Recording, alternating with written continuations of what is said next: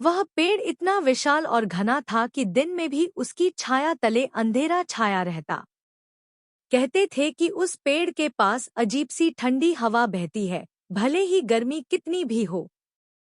गांव के बुजुर्ग बच्चों को हमेशा चेतावनी देते, शाम ढलने के बाद इस पेड़ के पास मत जाना, वहाँ एक चुड़ैल रहती है। चुड़ैल की कहानी। कहते हैं कई साल पहले गांव में सुधा नाम की औरत की रहस्यमयी मौत हो गई थी। सुधा खूबसूरत और नेकदिल औरत थी, लेकिन उसके ससुराल वाले उसे ताने देते रहते। एक रात अचानक वह कुएं में मृत पाई गई। गांव वालों का कहना था कि उसने आत्महत्या की, लेकिन औरतें फुसफुसाकर कहती थी कि उसके साथ जुल्म हुआ और उसकी आत्मा भटक गई। तभी से उस पीपल के पेड़ के पास रात में अजीब घटनाएं होने लगी। किसी को रोने की आवाज सुनाई देती, तो किसी को पायल की छन छन।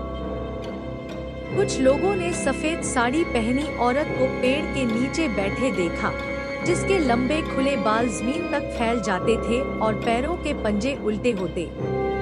रघु की जिद। गांव का एक जवान लड़का था रघु। वह निडर और थोड़ा अक्खड़ स्वभाव का था। उसे ऐसी कहानियों पर विश्वास नहीं था। वह अक्सर मजाक उड़ाता, ये सब तुम्हारे डर के किस्से हैं। चुड़ैल चुड़ैल कुछ नहीं होता। अगर सच में चुड़ैल है तो मैं आज रात ही उस पेड़ के नीचे बैठकर दिखाता हूँ। गांव वालों ने बहुत समझाया कि ऐसी जिद मत करो, लेकिन रघु ने किसी की नहीं सुनी।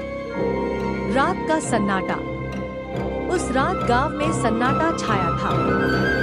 चारों ओर अंधेरा था और आसमान पर हल्का सा चांद निकल रहा था।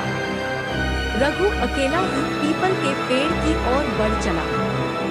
उसके कदमों की आहट सुनकर कुत्ते भौंकने लगे। जैसे ही वह पेड़ के नीचे पहुंचा, उसे ठंडी हवा का झोंका लगा। हवा इतनी ठंडी थी कि उसकी रूह कांप गई। उसने हिम्मत जुटाई और वहीं बैठ गया। अचानक उसे पायल की छन छन सुनाई दी।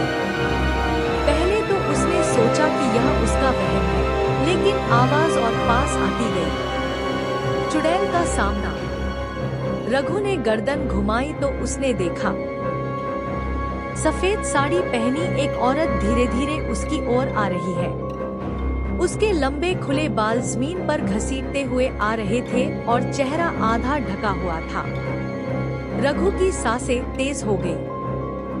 वह डर के मारे उठना चाहता था, लेकिन उसके पांव जैसे जमीन में गड़े रह गए। औरत उसके पास आकर ठहर गई।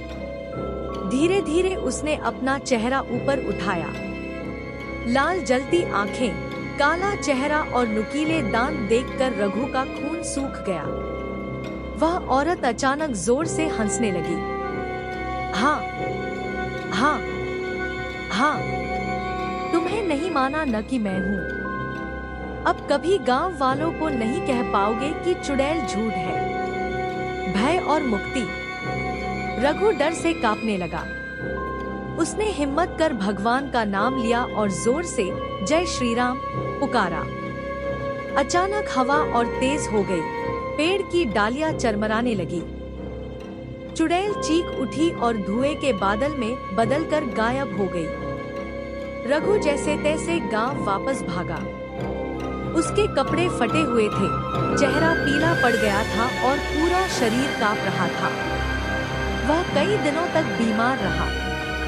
जब उसे होश आया तो उसने सबको सच बताया। उसने स्वीकार किया कि चुड़ैल सचमुच उस पेड़ पर रहती है।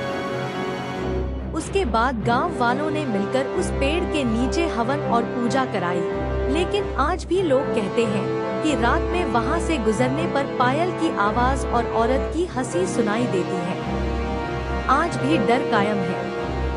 आज भी गांव वाले उस पीपल के पास शाम ढलने के बाद नहीं जाते। बच्चों को डराने के लिए औरतें कहती हैं, अगर शरारत करोगे तो चुड़ैल तुम्हें अपने लंबे बालों में बांध लेगी। और सच तो यह है कि हर अमावस्या की रात, जब हवा ठंडी चलती है और चांद बादलों में छिप जाता है, तब गांव के लोग अपने दरवाजे कसकर बंद कर लेते हैं, क्योंकि वे जानते हैं कि चुड़ैल आज भी उसी गांव में घूमती है। चैनल को सब्सक्राइब करें और लाइक करें, शेयर करें।